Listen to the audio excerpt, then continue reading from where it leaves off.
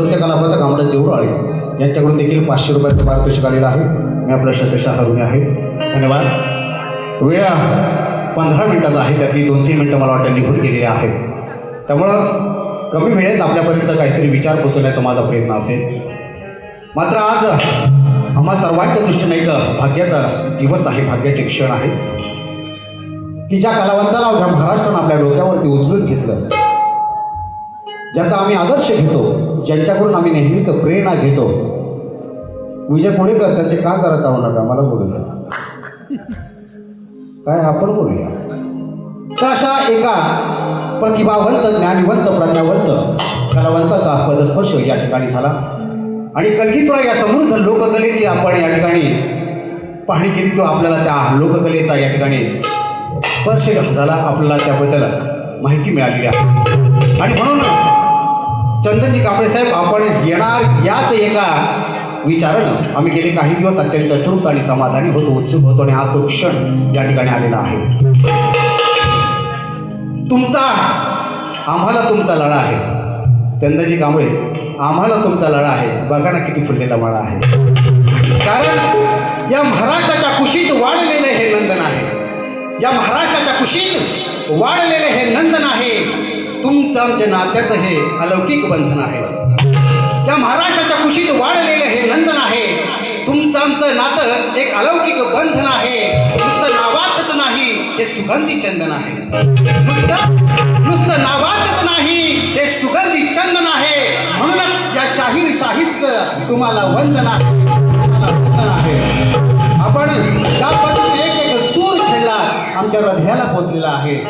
आम्हाला कळलं की आम्ही कुठे आहोत. तुमच्या प्रेरणेनं, तुमच्या आशीर्वादानं आम्ही सुद्धा तुमच्या पाऊलवाटेवरती जाण्याचा प्रयत्न करू.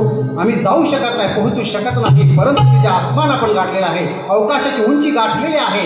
आम्ही फक्त खालून तुम्हाला पाहत राहू आणि मनातल्या मनात सांगू की आमचा माणूस शिखरावरती आहे. त्याचा सार्थ अभिमान आम्ही मनाशी पाहतो. आज खरं तर माझे प्रतिस्पर्धी शाहीर नांदेडजी भोईरकर यांच्या प्रयत्नातून, त्यांच्या स्नेहातून आपण या ठिकाणी आला आणि हा कार्यक्रम खऱ्या अर्थानं समृद्ध झाला, परिपूर्ण झाला. आता आपण कार्यक्रमाकडे वळूया. आजचा हा कार्यक्रम खऱ्या अर्थानं प्रबोधनात्मक कलगीतुरा आहे. कांबळे साहेब, या क्षेत्रामध्ये प्रबोधनात्मक कलगीतुरा या टायटलचे कार्यक्रम फक्त एखादा होतो वर्षातून आणि माझं भाग्य आहे तो कार्यक्रम शाहीर शाहीद खेरडकरचा होतो. हा मला अहोभाग्य आहे माझं. कारण समाज अपेक्षा करतो आणि त्या समाजाच्या अपेक्षेची पूर्तता करणं हे प्रत्येक शाहिराचं कर्तव्य आहे. बाबासाहेब साहेबांनी सांगितलं की हा कार्यक्रम अखिल महाराष्ट्र कुणबी सेवा संघाचा कार्यक्रम आहे. मात्र आम्ही आमच्या समाजातल्या शाहिरांना प्राधान्य न देता या 2 समाजातल्या बाहेरच्या असणाऱ्या शाहिरांना आम्ही प्राधान्य दिलं. बावकर साहेब, हा तुमच्या मनाचा मोठेपणा.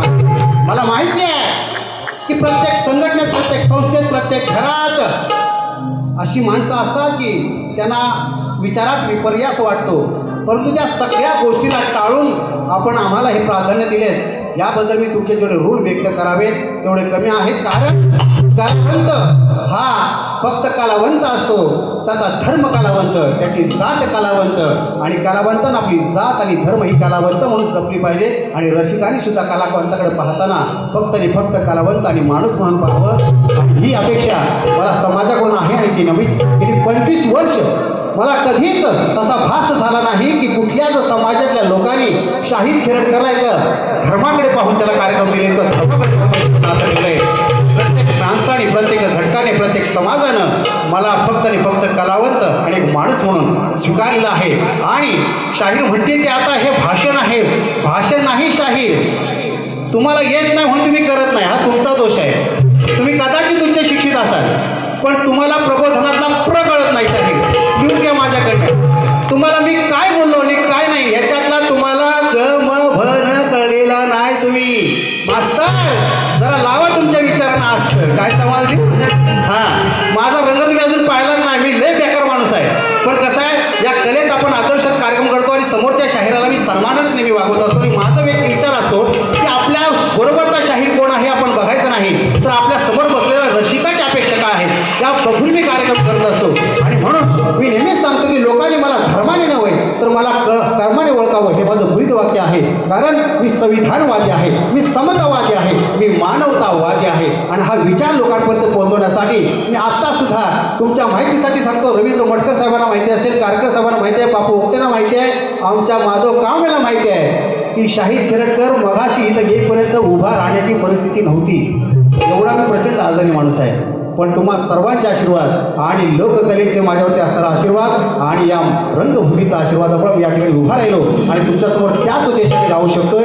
हे मला खरं तर तुमच्या सर्वांच्या प्रेरणेनं शक्य झालेलं आहे. नाहीतर मी गेले 1 महिना अंतरुणात आहे, परंतु ही प्रेरणा तुम्हा सर्वांकडून मिळते. आता शाहीर सगळ्यात पहिल्यांदा सांगतो की माझे गुरुवर्य दत्ताराम मायरे आणि मी ज्यांना गुरुतुल्य मानतो असे सन्मान्य गायकवाड गुरुवर्य यांनी येऊन या ठिकाणी एका प्रश्नाचं उत्तर देण्याचा प्रयत्न केला.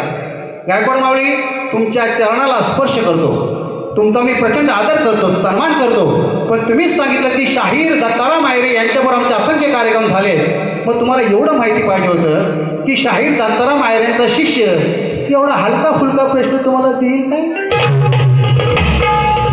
अहो, एवढा हलका फुलका आवाज संत एकनाथ महाराजांची सगळीच ख्यातीने सगळीच गाथा सगळ्यांना माहिती आहे.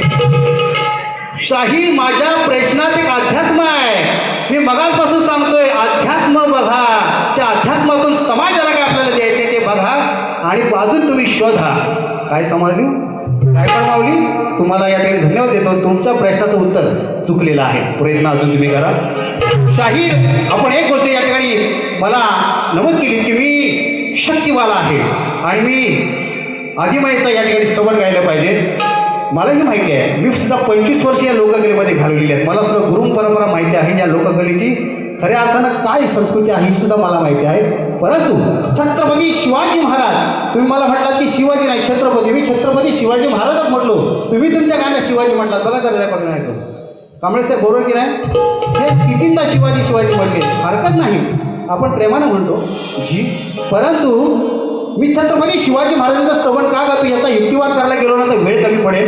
मात्र तुम्हाला सांगतो की सगळ्या देवी देवतांबद्दल मला आदर आहे. मी त्यांनाच मनोभावे पूजतो, त्यांचा मी खऱ्या अर्थानं सन्मान करतो, त्यांच्या चरणावरती मी नेहमीच नतमस्तक होतो. परंतु या महाराष्ट्राला उभा करणारा जर कोण असेल, या महाराष्ट्रातल्या माणसाला त्यांचा अभिमान जागा करणारा जर कोण असेल, त्या खंडांमधून स्वाभिमान जागृत करणारा जर कोण असेल तर छत्रपती शिवाजी महाराज आहे. आणि ती एक अदृश्य शक्ती आहे आणि ती अदृश्य शक्ती माझ्यासाठी कुठल्याही आदिमाय शक्तीपेक्षा मोठी नाही आहे. कारण आम्ही देवाला पूजतो, परंतु छत्रपती शिवाजी महाराज यांनी आमच्यासाठी जे केलेलं आहे, त्यांचं जे योगदान आहे त्या महाराष्ट्रासाठी, उभ्या देशासाठी नंतर जगासाठी आदर्श होत आहे. आणि म्हणून त्या मराठी माणसाच्या मनात मी महाराष्ट्राच्या मातीच्या कणाकणात छत्रपती शिवाजी महाराज बसतात आणि म्हणून त्यांचं या ठिकाणी मी गुणगान गायलं, त्यांची गाथा गायली. शाहीर तुम्हाला नाही करायचं.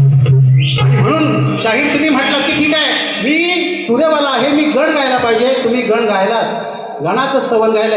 आता एवढं तुम्हाला कळतं शाहीर खेरटकरची पहिली चूक.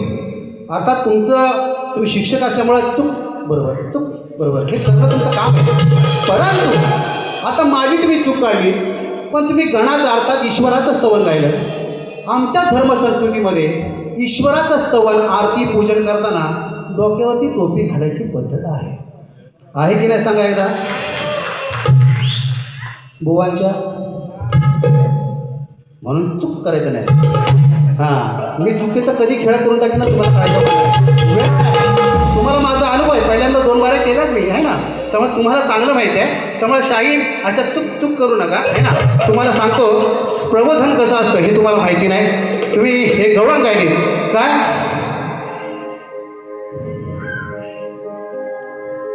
चूक नाही झाली राधे माझ्याकडून, काग लाल झालीस रडून रडून. चूक नाही झाली राधे माझ्याकडून, चूक नाही झाली राधे माझ्याकडून, काग लाल झालीस रडून रडून. हा तुमचा विषय बुवा. मी काय म्हणतो, लाल नाही झाली काना रडून रडून, लाल नाही झाली मी काना रडून रडून. तुझ वेडा गेलस माझ्या प्रेमात बुडून, तुझ वेडा गेलस माझ्या प्रेमात बुडून.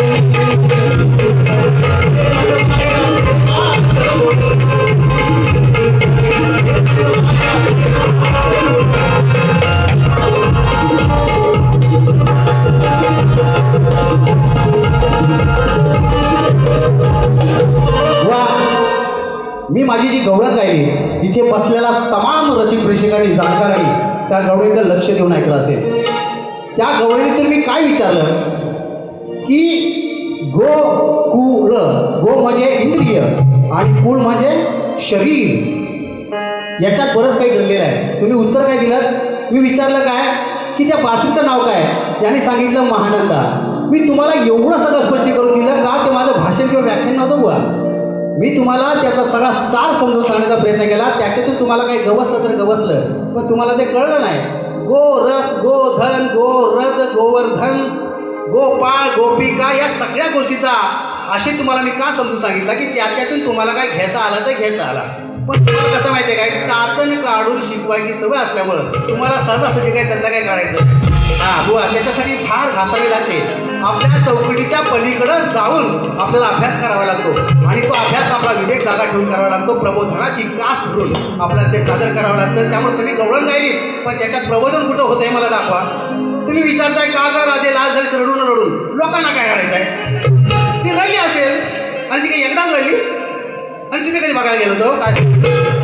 ती रडली नाही रडली, तिचं प्रेम ह्या सगळ्या गोष्टी बाजूला अलहदा, परंतु आपल्या गवळणीतून समाजाचं प्रबोधन काय, प्रबोधनात्मक कलियुगा या टायटलला तुम्ही किती न्याय दिला हा प्रश्न तुम्ही तुमच्या अंतःकरणाला विचारा, म्हणजे तुम्हाला कळेल. आणि म्हणून तुम्ही महानंद हे उत्तर दिलेलं आहे ते सुद्धा पूर्णपणे चूक आहे. मी त्याच्यामध्ये एक म्हटलं होतं की 21,600 वासरे, साधी गोष्ट आहे. मी कदाचित नंतर मला भेटा भावकर साहेब, 21,600 वासरे म्हणजे काय हे तुम्हाला स्पष्ट करून सांगतो. त्यामुळे या सगळ्या गवळीतून आपण जे काही सादर केलेलं आहे त्याला फार मोठा अर्थ आहे. त्यामुळे तुम्हाला ते झेपलेलं नाही आणि तुम्हाला झेपणार सुद्धा नाही. शाहीर तुम्ही कदाचित मोठे कलावंत असाल, शाहीर चंदनजी कांबळेसारखे काय तर अनुराधा पोडारपासून अनेक दिग्गज कलावंतांबरोबर तुम्ही गाणी रेकॉर्ड केलेली असतील. तुमचा आवाज अतिशय जबरदस्त, तुमची सुरावट बात आहे, तुमची सुरावट पण बाहेर आहे. पण तुम्हाला सांगतो कलगी तुऱ्या शाहीर खिरडकरच बाप आहे तुमचा, लक्षात नाही छापायचं. त्यामुळे ह्या कलगीतुऱ्याच्या परंपरेला, संस्कृतीला, प्रबोधनाला खऱ्या अर्थाने न्याय देण्यासाठी आपण द्यायला पाहिजे. आणि म्हणून आपल्याला थोडक्यात काही गाणी सादर करून मी आता या कार्यक्रमाला पूर्ण विराम देणार आहे. बघा, संविधानवादी आणि मानवतावादी विचार मी नेहमीच फिरत असतो आणि म्हणून काय सांगतोय,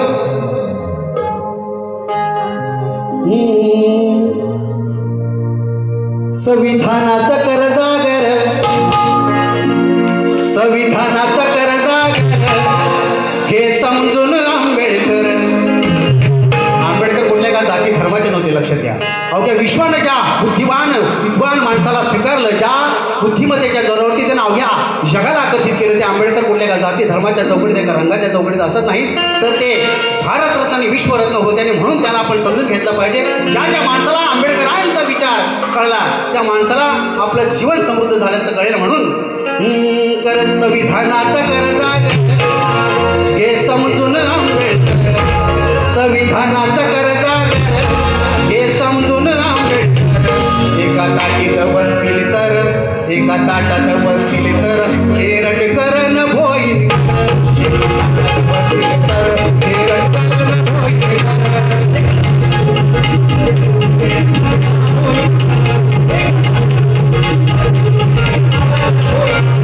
संविधानाचं कर जागर हे समजून आंबेडकर, संविधानाचं कर जागर हे समजून आंबेडकर. एका ताटात बसतील तर हे रटकरण भोईन.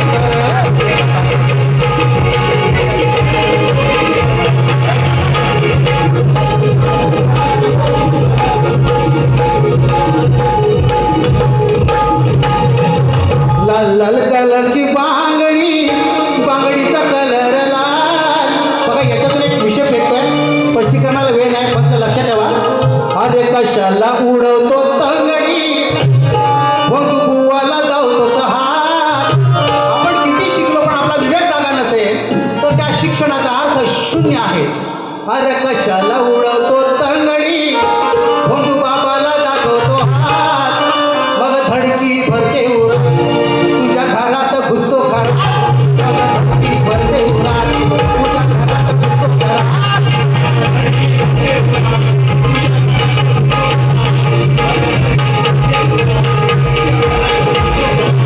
अरे कशाला उडवतो तंगडी, अरे कशाला उडवतो तंगडी, बंधू बाबाला दाखवतो हात. धडकी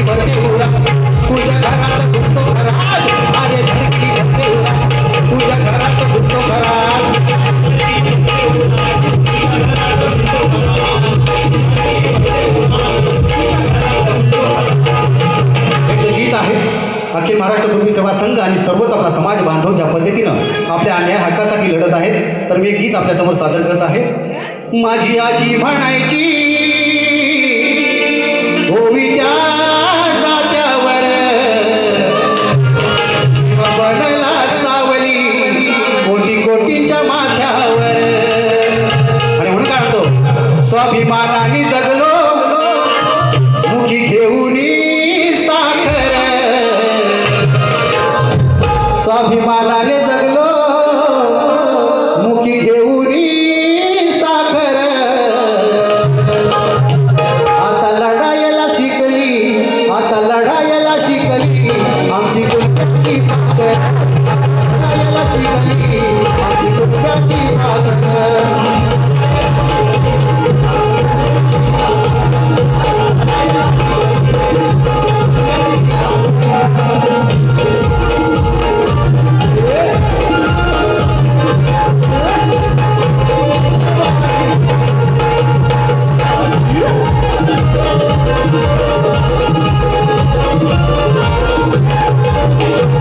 संविधानानं दिलं हे आपल्याला रक्षण,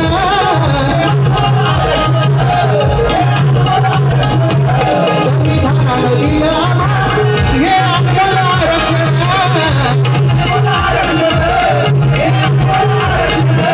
आता लढाया जाऊया आपल्या हक्काचं रक्षण, आता लढाया जाऊया आपल्या हक्काचं रक्षण. आमचे मालक आम्ही, आमचे मालक आम्ही नाही कोणाचे नोकर, आमचे मालक आम्ही नाही कोणाचे नोकर. आता लढायला शिकली, आता लढायला शिकली आमची गुडघ्याची पाकर, आता लढायला शिकली आमची गुडघ्याची पाकर.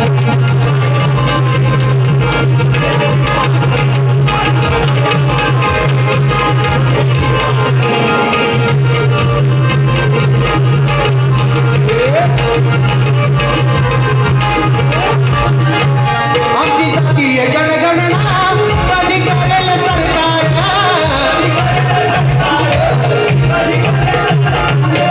आमची जातीय जनगणना कधी करेल सरकार.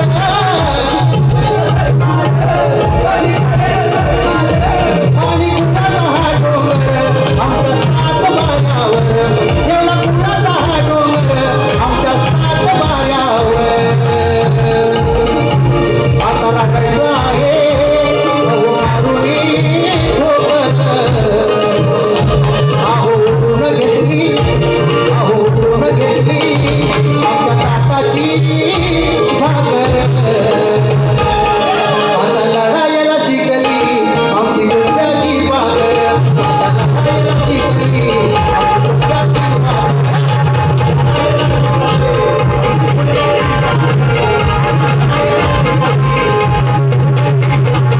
स्वाभिमानाने जगलो, स्वाभिमानाने जगलो मुखी घेऊन साखर. आता लढायला शिकली आमची गुडघ्याची भाकर, आता लढायला शिकली आमची गुडघ्याची भाकर.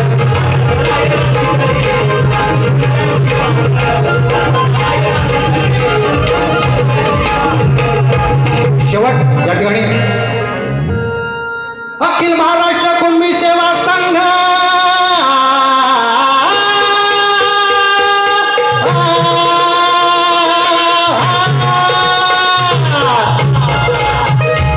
अखिल महाराष्ट्र कुणबी सेवा संघ या राज्याचा ढंग विकासाचा रंग, अखिल महाराष्ट्र कुणबी सेवा संघ या राज्याचा ढंग विकासाचा रंग. समाजाला दिला ज्यांनी आधार, समाजाला दिला ज्यांनी आधार,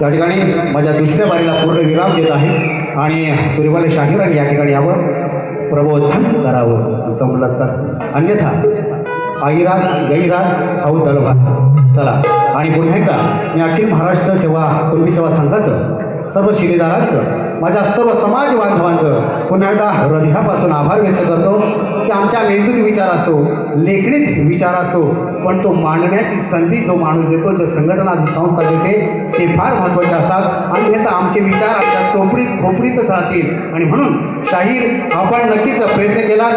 खरं तर माझ्यापेक्षा तुमची मेंदू, तुमचा बुद्धी, तुमचा विचार अत्यंत तल्लख असला पाहिजे. तुम्ही एकदा वाचलं की तुमच्या डोक्यात बसलं पाहिजे, पण नाही, तुम्हाला एवढा मोठा स्टँड लागतो, त्याच्यावर चोपडी लागते आणि मग त्याच्यानंतर तुम्ही असं सुरावट टाकते असते. तसं नाही, शाहीर खिरडकर लिहितो एकदम त्याच्या कोपडीत जाते. लक्षात ठेवा, जे तुमच्या चोपडीत नाही ते शाहीर खिरडकरच्या कोपडीत आहे. लक्षात ठेवा. आणि पुढच्या वर्षी माझ्याशी बारी करताना माझ्याप्रमाणे शाहिरी बाज तुमचा असेल तर तुम्ही सादर करा. तुम्हाला लाख लाख शुभेच्छा. तुमच्या आयुष्यात मोठमोठे कीर्तिमान घडो. तुम्ही कलेच्या क्षेत्रात उंच भरारी घ्यावं, पण कलगी कुरा जरा शिकून घ्या. धन्यवाद. पुन्हा एकदा आपल्या सर्वांचे आभार मानतो. धन्यवाद.